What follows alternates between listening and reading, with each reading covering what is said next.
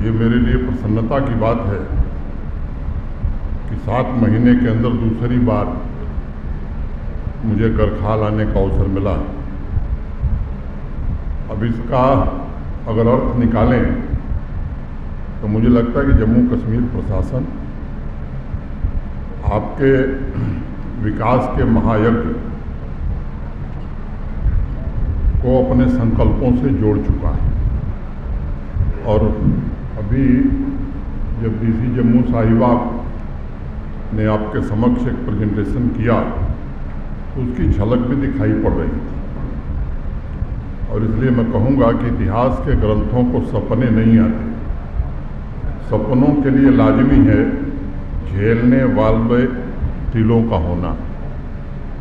तो 12 करोड़ कुछ लाख की योजनाओं का विवरण अभी अवनी लवासा जी ने आपको दिया। आगे भी और योजनाएं होनी हैं। मैं पिछली बार 2 नवंबर को आया था, बैक टू विलेज का कार्यक्रम चल रहा था और मुझे खुद इतना विश्वास नहीं था कि गरखाल की जो असली सामर्थ्य है, उसकी असली जो ताकत है, उसको इतनी ऊंचाई यहाँ के चुने हुए जनप्रतिनिधि और ख़ास तौर से डीसी जम्मू और उनकी पूरी टीम ने जो प्रयास किया है वो निश्चित रूप से काबिले तारीफ है। और मैं मानता हूँ कि सीमावर्ती गांव भारत के माथे पर चमकते हुए मुकुट है। और हमारे देश के सम्माननीय प्रधानमंत्री जी हर बार एक बात कहते हैं और बल देते हैं और उनकी कोशिश है कि सीमावर्ती गांव में नया सूर्योदय हो। और मैं समझता हूं कि जम्मू कश्मीर प्रशासन माननीय प्रधानमंत्री जी के स्वप्न को साकार करने की कोशिश कर रहा है। नई चेतना एक जागृत हो, नई ऊर्जा और नया उत्साह सीमावर्ती गांवों में भी आवे, ये बड़ा आवश्यक है। और व्यक्तिगत रूप से मेरा अनुभव है, मैं अनेक गाँव में जाता हूँ, लोगों के बीच जाकर संवाद करता हूँ और हर बार एक बात महसूस करता हूँ कि अगर ग्रामीण क्षेत्रों में भी सुविधाएं बढ़ाई जाएं तो निश्चित रूप से गांव के लोग भी चैन से, सुख से, संपन्नता के साथ जी सकते हैं। अब स्मार्ट सिटी के बहुत प्रोजेक्ट चल रहे हैं जम्मू और श्रीनगर में। मुझे लगता है कि मॉडल विलेज का कॉन्सेप्ट क्या होना चाहिए। प्रशासन केवल कुछ काम कर दे, तटबंध बना दे, सड़क बना दे, पीएचसी अपग्रेड हो जाए, स्कूल में कमरे बन जाए, मोबाइल टावर लग जाए, बिजली के ट्रांसफार्मरों की क्षमता बढ़ा दी जाए। ये मैं मानता नहीं हूँ कि ये आदर्श गांव या मॉडल विलेज हो सकता है। अगर हम बिजली लेते हैं तो सरकार बिजली दे, इसके लिए पैसा देते हैं कि नहीं देते हैं? क्योंकि बिजली पिछले 4 वर्षों में 23,000 करोड़ रुपया जम्मू कश्मीर प्रशासन ने भारत सरकार से कर्जा लिया बिजली देने के लिए। अब उस कंज्यूमर का जो ईमानदारी से बिजली का भुगतान करता है, उसका क्या दोष है कि उसे बिजली न मिले? ये किसी का नैतिक हक नहीं है कि हम नहीं देंगे और ईमानदार आदमी, ईमानदार उपभोक्ता जो अपना भुगतान समय से करता है वो भी तकलीफ झेले। और 24 घंटे बिजली देना ये कोई बड़ी समस्या नहीं, कोई बड़ी समस्या नहीं, अगर यहाँ के लोग तय कर लें। और दूसरी बात मैं कहना चाहता हूँ, देश में सबसे सस्ती बिजली जम्मू कश्मीर में है, सबसे सस्ती। और मैं बहुत जोर दे करके कह रहा हूँ, आप देश के किसी हिस्से में पता कर लीजिए।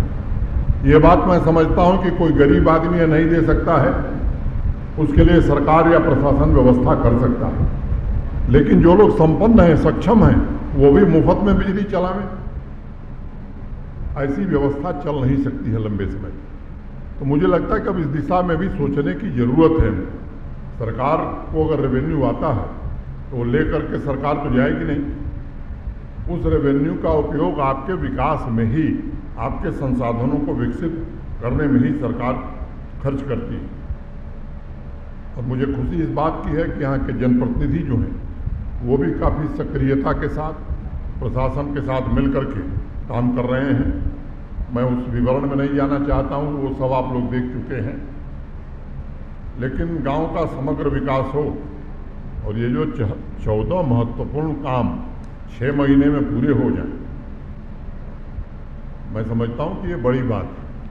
और कभी कभी मैं कहता हूं कि अब रफ्तार जम्मू कश्मीर प्रशासन में प्रोजेक्ट कंप्लीशन की 10 गुना से ज़्यादा बढ़ गई।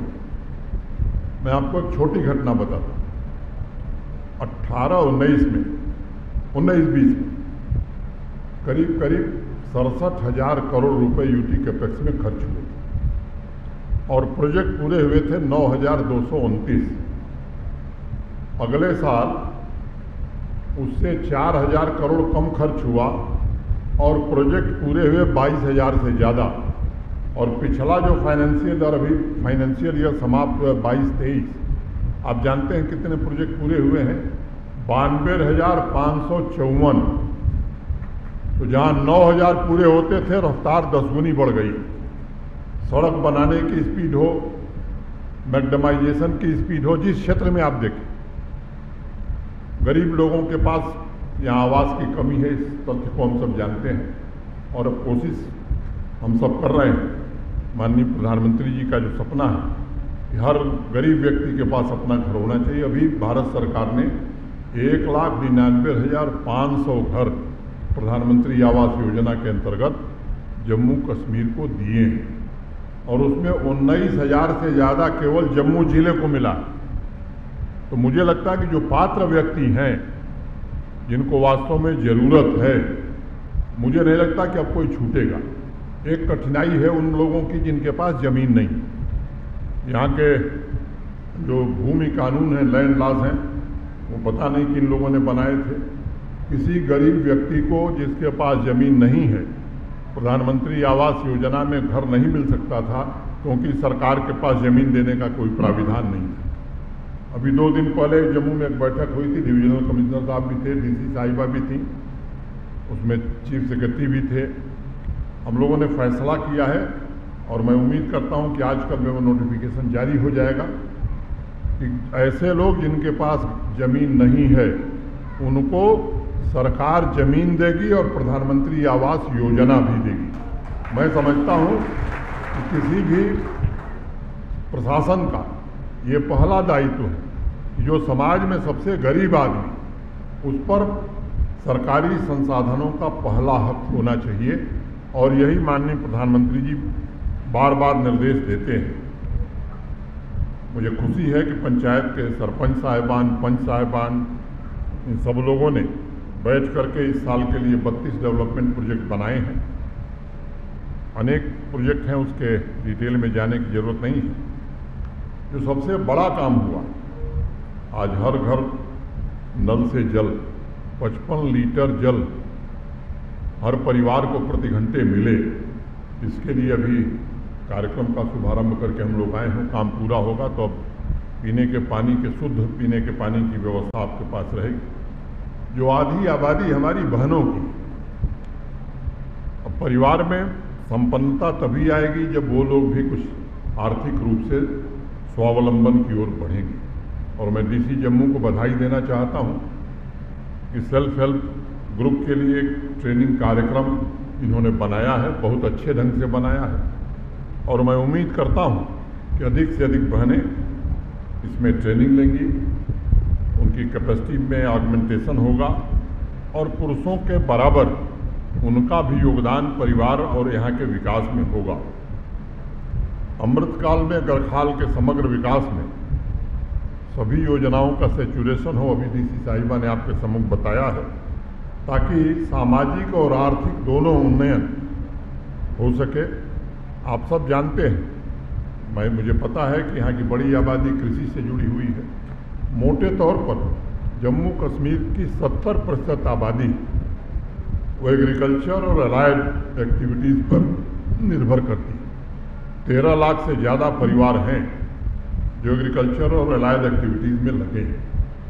बहुत सोच समझ करके देश के जाने माने कृषि वैज्ञानिकों के साथ बैठ करके हमारे एग्रीकल्चर और अलाइड डिपार्टमेंट के सभी अफसरों ने, हमारे जो दोनों एग्रीकल्चर यूनिवर्सिटीज़ हैं उनके वाइस चांसलर्स ने एक हॉलिस्टिक एग्रीकल्चर डेवलपमेंट प्लान बनाया और जो बजट जम्मू कश्मीर प्रशासन देता है उसके अलावा आने वाले 5 साल में 5013 करोड़ और रुपया हम खर्च कर रहे हैं।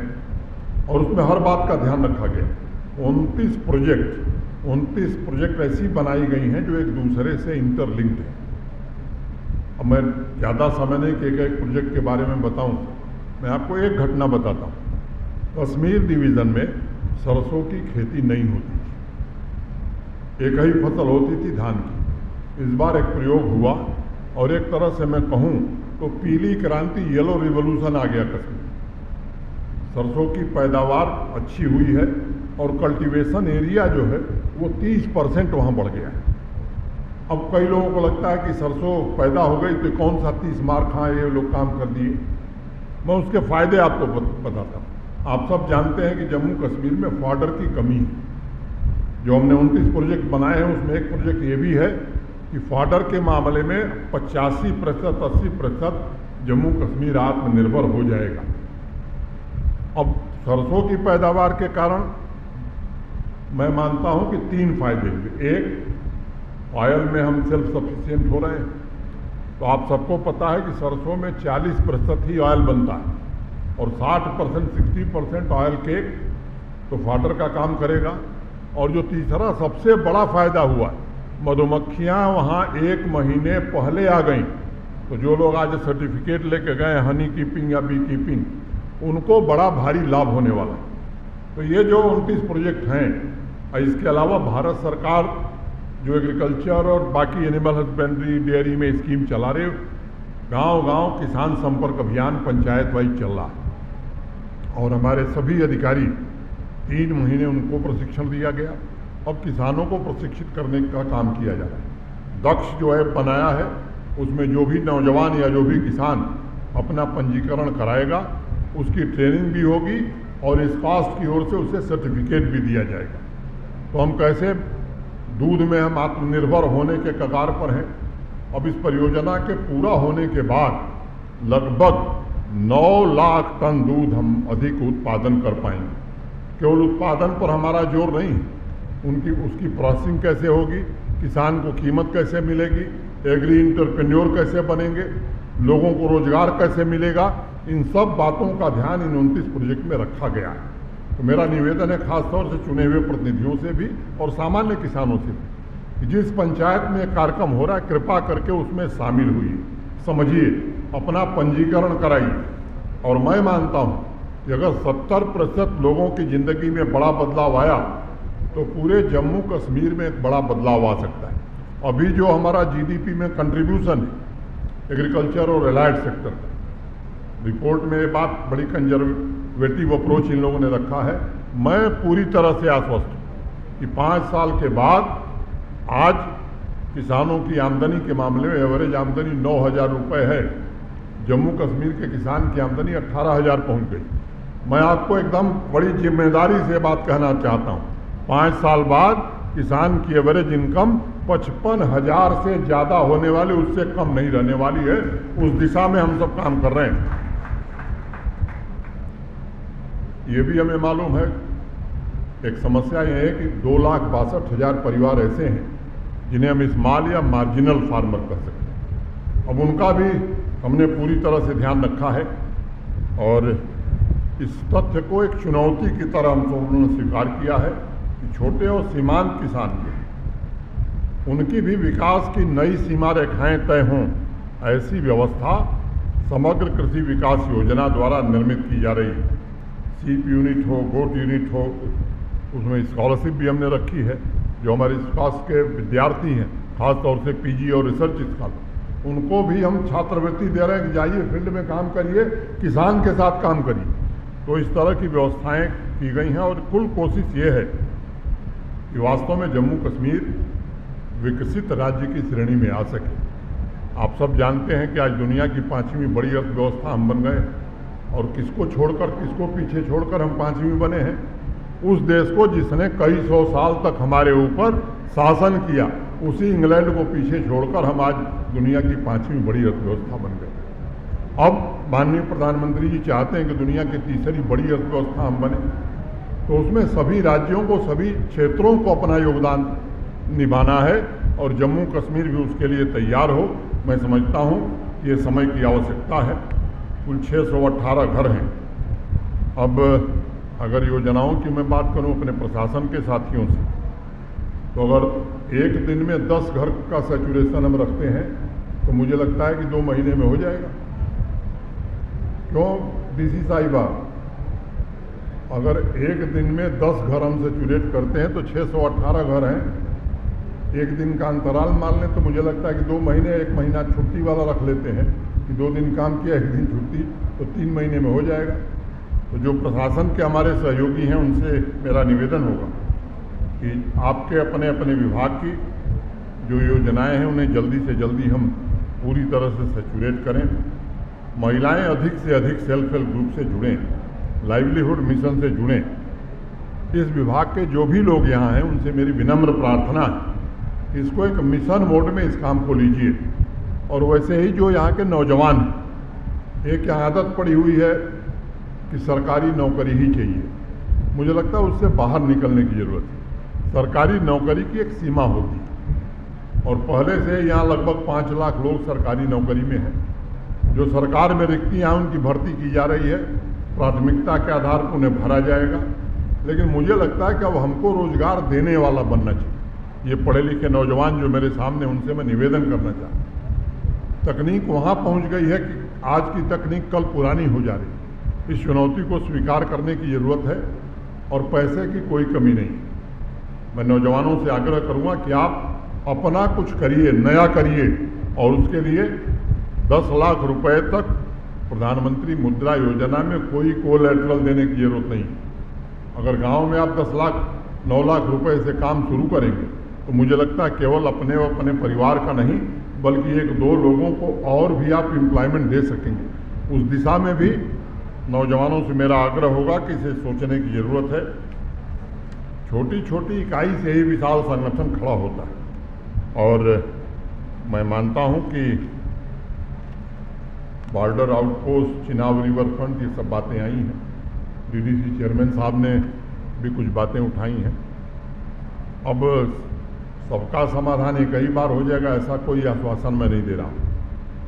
हाँ, गंभीरता से जरूर विचार किया जाएगा और जो कहा जाएगा वो जरूर किया जाएगा। क्योंकि मैं जब आए हुए लगभग अब अगस्त में 3 साल हो जाएंगे, तो जो मुझे मिलता था कहता था साहब रिवर फ्रंट की योजना सैंक्शन थी, ज़रा देखिए जल्दी बन जाए।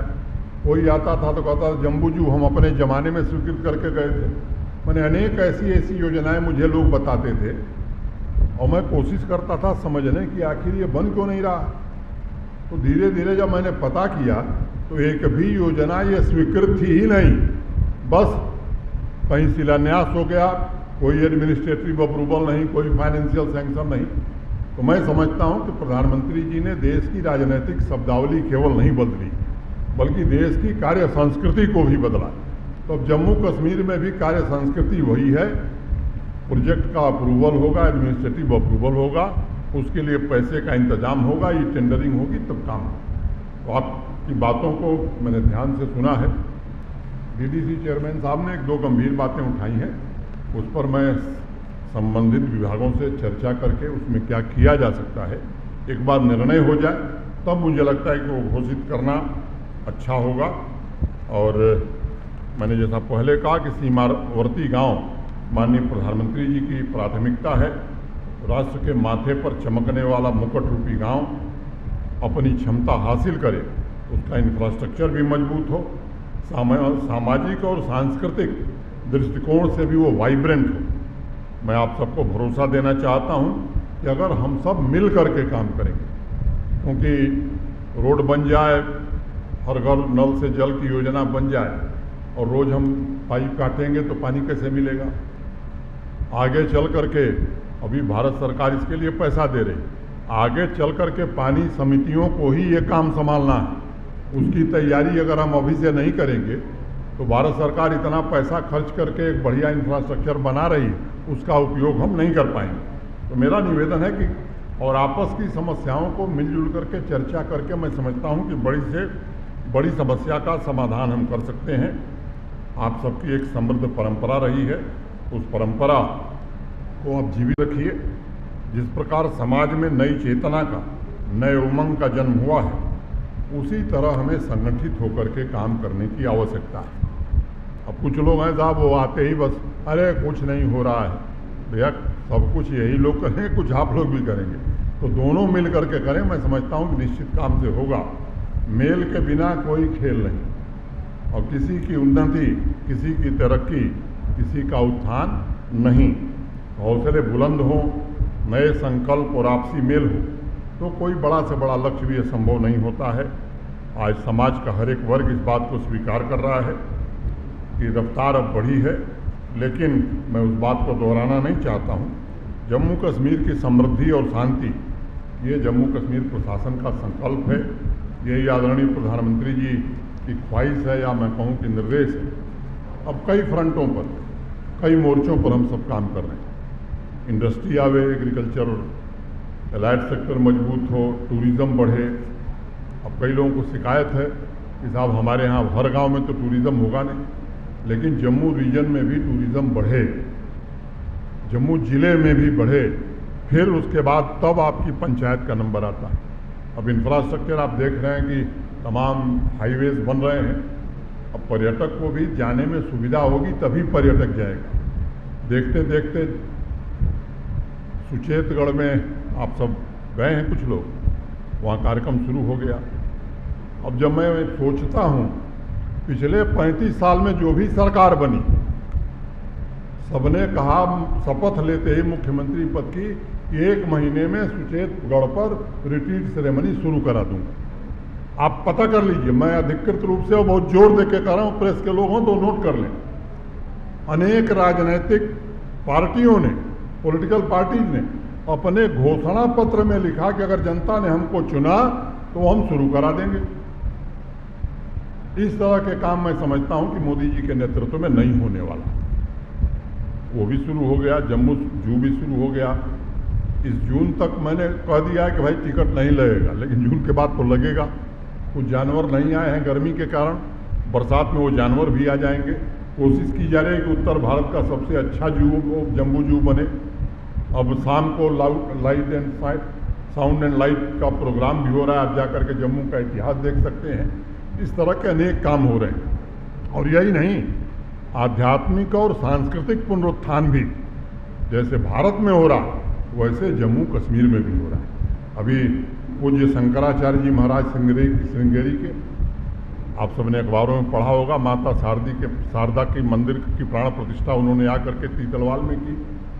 कल जम्मू शहर में 51 करोड़ की लागत से बाबा अमरनाथ के यात्रियों की सुविधा के लिए एक भवन बनाया जा रहा है ताकि वो ठीक से रह सकें। और आने वाली कल, आज से 1.5 साल 2 साल पहले हम लोगों ने तिरुपति देवस्थानम को ज़मीन दी थी, तो तिरुपति बालाजी का भव्य मंदिर बन करके तैयार है। कल माननीय गृह मंत्री जी उसका उद्घाटन करने वाले, हम लोग भी रहने वाले। तो ये कोई मंदिरों का सवाल नहीं है। मंदिर हो, जियारत हो, गुरुद्वारा हो, चर्च हो, जिस भी संप्रदाय या जिस भी धर्म के इस तरह की चीज़ें हैं, उनको बढ़ावा देना ये हम सबका सामूहिक दायित्व है। और आपसी भाईचारा निरंतर बना रहे, इसकी भी हम सब कोशिश कर रहे हैं। मैं फिर से आप सबके प्रति हृदय से आभार व्यक्त करता हूँ, जिला प्रशासन के सभी अपने साथियों का, जिन्होंने बड़ी शिद्दत से, मेहनत से, समय सीमा का ध्यान रखते हुए तेज गति से काम किया है। उसे भी हम पूरा करते हैं, उसे भी अब उन्हें भी आभार व्यक्त करते हैं। और जो 2 बात हमने कही है, मैं जानकारी लेता रहता हूँ, तो ऐसा नहीं कि मेरे पास तस्वीर यहीं से आएगी कि सफाई कितनी है और नशा कौन कर रहा है। तो मेरा निवेदन है आपसे, ये कोई आपके बच्चे हैं, मैंने हम तो बाहर से आए हैं, आज हैं कल नहीं रहेंगे, लेकिन ये आपके बच्चे हैं। मेरा निवेदन है कि हम सब इन बातों पर विशेष रूप से ध्यान दें, और इसी तरह से तब विकास हो सकता है। केवल आर्थिक विकास से, केवल इंफ्रास्ट्रक्चर के विकास से मॉडल विलेज नहीं बन सकता है, संस्कारों से भी विकास होता है। और मैं समझता हूँ इस पर अगर हम सब मिल करके बल देंगे तो निश्चित रूप से जो बातें आप लोगों ने और उठाई हैं चेयरमैन साहब, उसे भी आने वाले समय में हम सब जरूर पूरा करेंगे। बहुत बहुत धन्यवाद, नमस्कार, जय हिंद।